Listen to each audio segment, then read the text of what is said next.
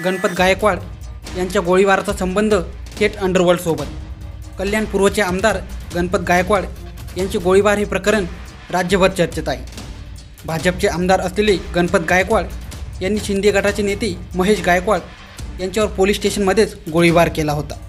गणपत गायकवाड आता पोलिसांच्या ताब्यात असून त्यांना कोर्टाने पोलीस कोठडी सुनावली आहे.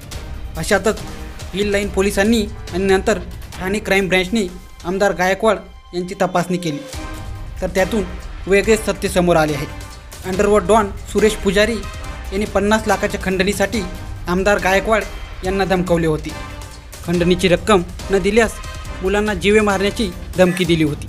पुजारीने 2 दिवसानंतर पुन्हा गणपत गायकवाड यांना धमकीचा फोन केला.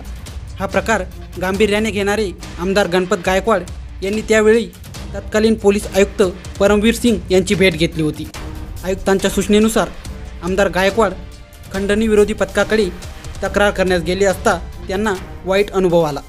लोकप्रतिनिधी यांच्या तक्रारीची दखल पोलीस घेणार नसतील तर सर्वसामान्यांची काय अवस्था होईल, असा सवाल करत गायकवाड यांनी पोलिसांच्या भूमिकेबद्दल नाराजी व्यक्त केली होती. त्यावेळी गृह खात्याने गणपत गायकवाड यांना स्वसंरक्षणासाठी रिव्हॉल्वर बाळगण्याचे लायसन दिले होते. दरम्यान गणपत गायकवाड यांनी पोलीस स्टेशनमध्ये केलेल्या गोळीबाराचा व्हिडिओ समोर आला आहे. यामध्ये दिसत आहे की गणपत गायकवाड यांनी पोलीस निरीक्षक जगताप बाहेर गेल्यावर जवळील लायसन रिव्हॉल्वर लोड करत महेश गायकवाड यांच्यावर गोळीबार केला.